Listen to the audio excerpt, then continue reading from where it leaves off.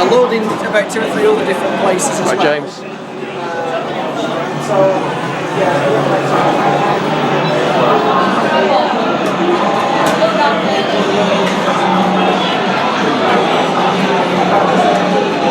I like them just like both now.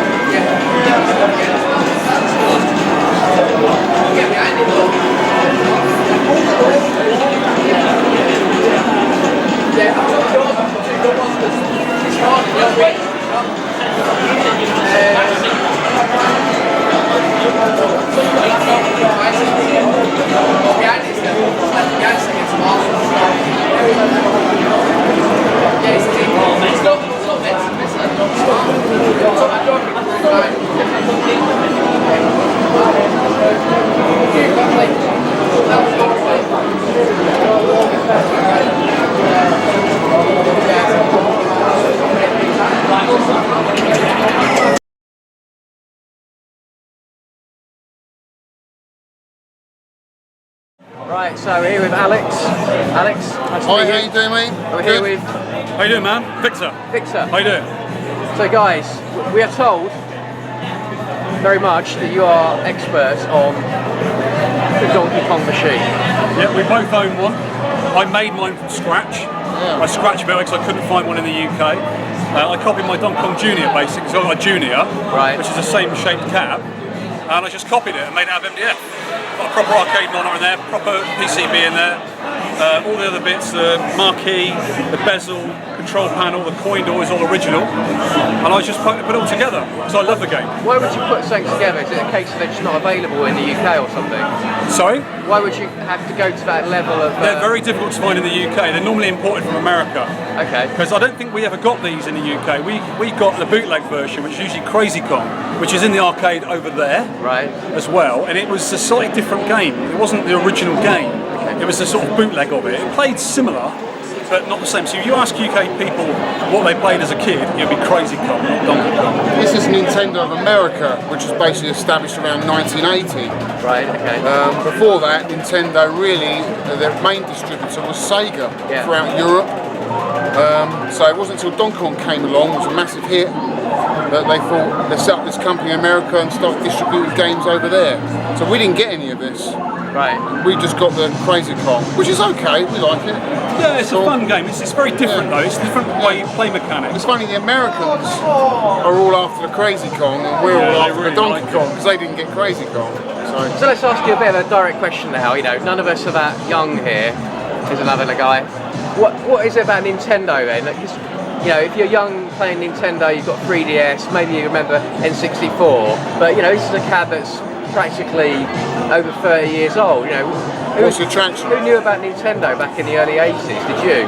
Yeah. Well, there's a lot of depth to that game, surprisingly enough. It looks basic on the surface, but you get right into the game, there's a hell of a lot of depth, and that's why there's competitions out throughout the world. The Kong Off competition that's in America every year, all the big players meet every year What to sort try of and get the high scores. There's still a lot there left on the game to play for. Are these players that literally are like superstars then out in the US? They are, yeah. Got people like Billy Mitchell, Steve Wiebe, Hank Chen. They're the sort of stars. They were mainly in the film King of Kong, which is what brought this back to light, really. It certainly brought me back to it, because I was rubbish when I first started playing it again. So is this the sort of game that you might talk about on your podcast, guys? Yeah, we have done. We do quite have talked about it, yeah, because it's in our face, isn't it? When we sit down. We do the podcast in his games room, and it's sort of, I sit here, and it's right behind me.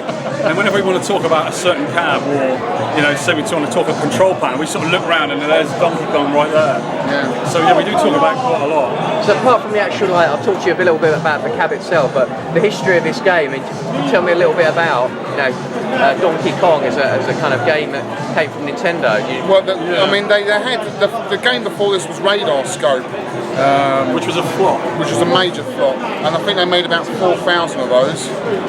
So they basically had to come up with a new game, which was Miyamoto came out with a new game, which was Donkey Kong, and they converted about half of those Radar Scopes into Donkey Kongs, and then it became a massive hit. Such a big hit that I think there was a coin shortage in America at the time. No, that's a myth. It never happened. It never happened. No, it never happened. I like to think it did. Yeah, it's the cab was originally red. Radar Scope red is what we call it, and that's what I did my scratch build one. And they just converted it. They changed the marquee, the bezel, the control panel, and obviously the game inside. And it was a quick fix to change the cab over to bring a brand new game. And this just went crazy. Because Radar Scope's a little bit like Galaxia.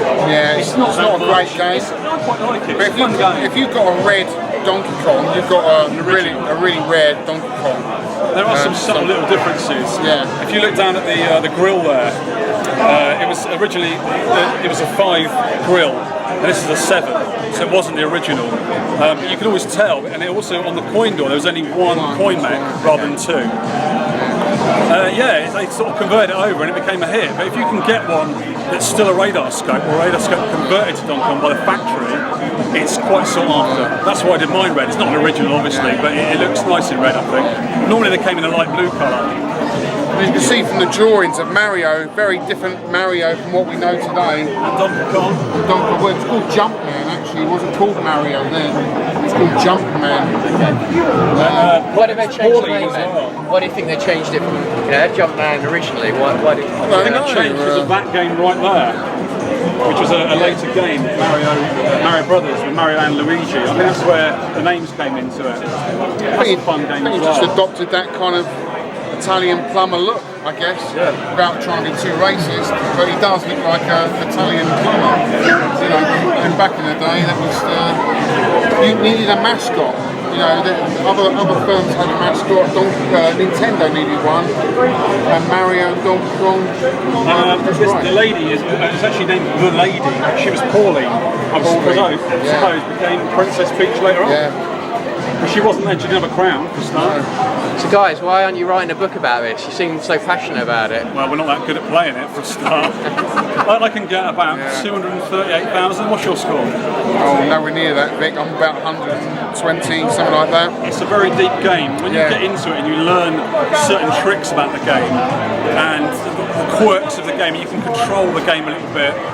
Watching King of Kong really helps. And watching those guys, watching plenty of YouTube videos of people playing it properly, and just practice. So, when you see it being played properly, you think, God, it's an amazing game. I really want to be good at this game, because it is such a good game. I don't care what anybody says, it is such a good game. I'm no good at it. I'm better at Donkey Kong Jr. I like that game more, but that's just something that I've managed to sort of get good at. This one I've never managed to get that great at. I guess it's just practice at the end of the day.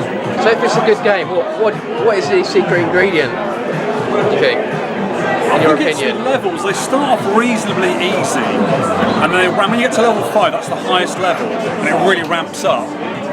And when you get into the gist of it, you can play it quite well, but it's getting into that gist of it to start with. And the earlier level was a bit misleading. I tend to mess up on the earlier levels. I guess it's the sense of achievement and the power, which Nintendo are really good at. They give you a power up which is the hammer in this case, and you just feel powerful. You can pick that power up at any time you want to, you know, and normally with me it's the wrong time, you know, when too many barrels are on the screen at once. But that's what Nintendo are good at, the power-ups. It gives you that extra, you know, it's cool. It seems such a balanced game as well. I'm not sure if Nintendo meant to do it like they did, but you can control the game in certain ways. You can have control, if you know how to do it at certain times, you can control it. And whether they made that as a mechanic in the game or not, I don't know, but it really works well.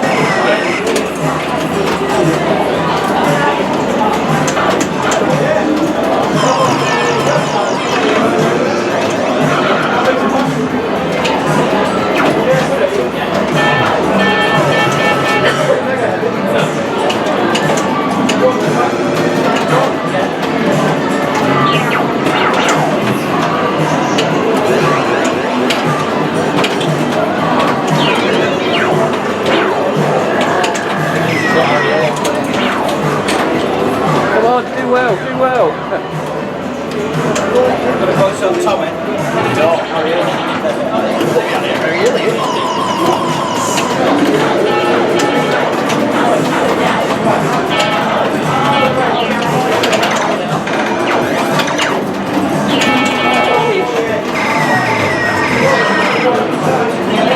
That's you, £265. Yeah, 293. This is me now. Right now, listen. It might have 4 games on. So these two, just let it play out. That's your score. This is my score, right? Me versus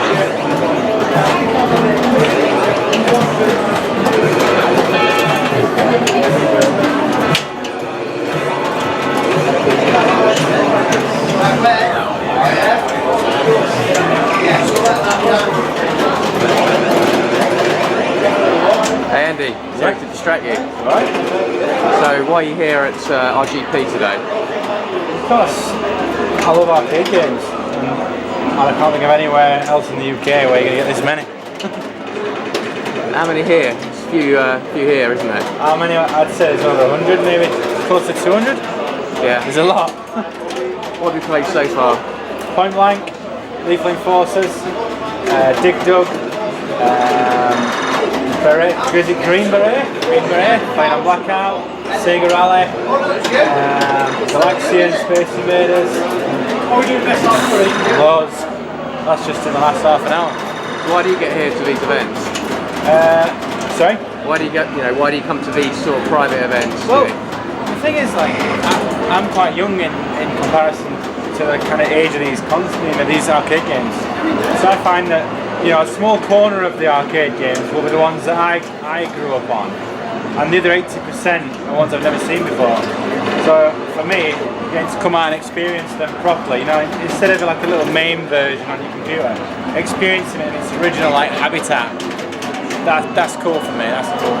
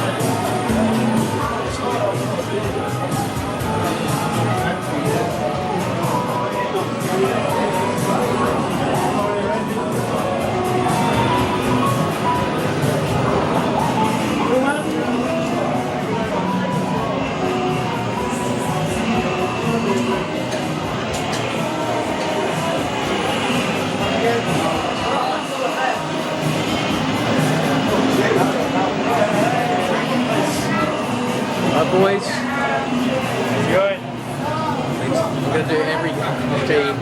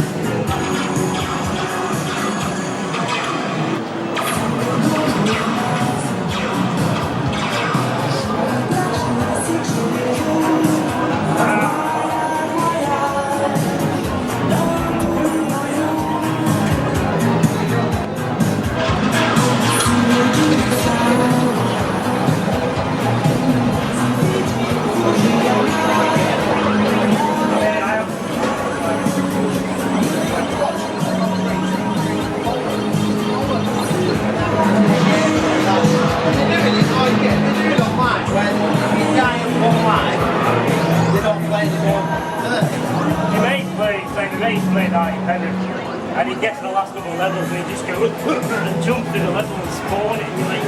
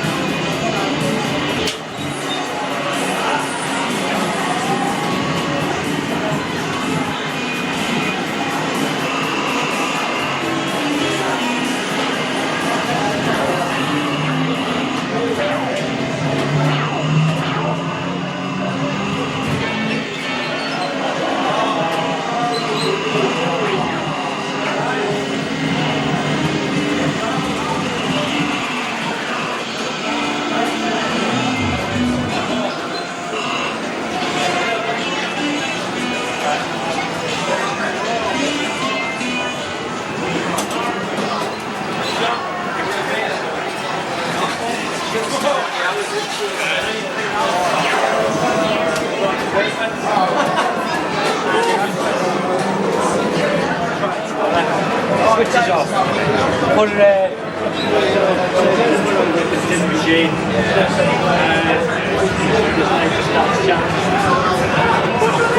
There's some mild man in the tumblery.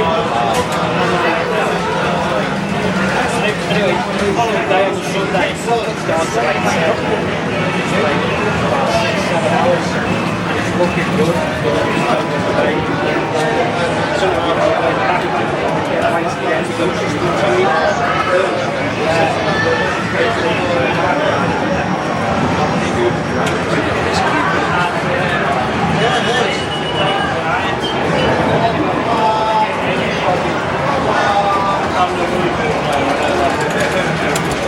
dropping a beer to that. Haven't seen James, see you back.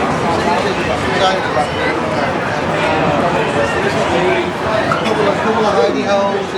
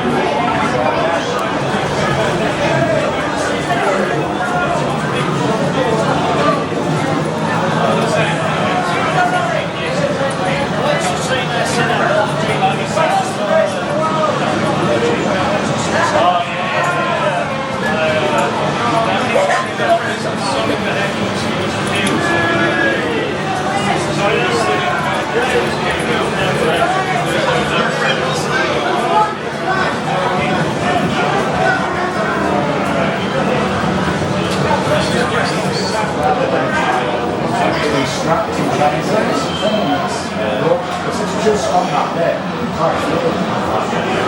Well, I'm after 6 foot.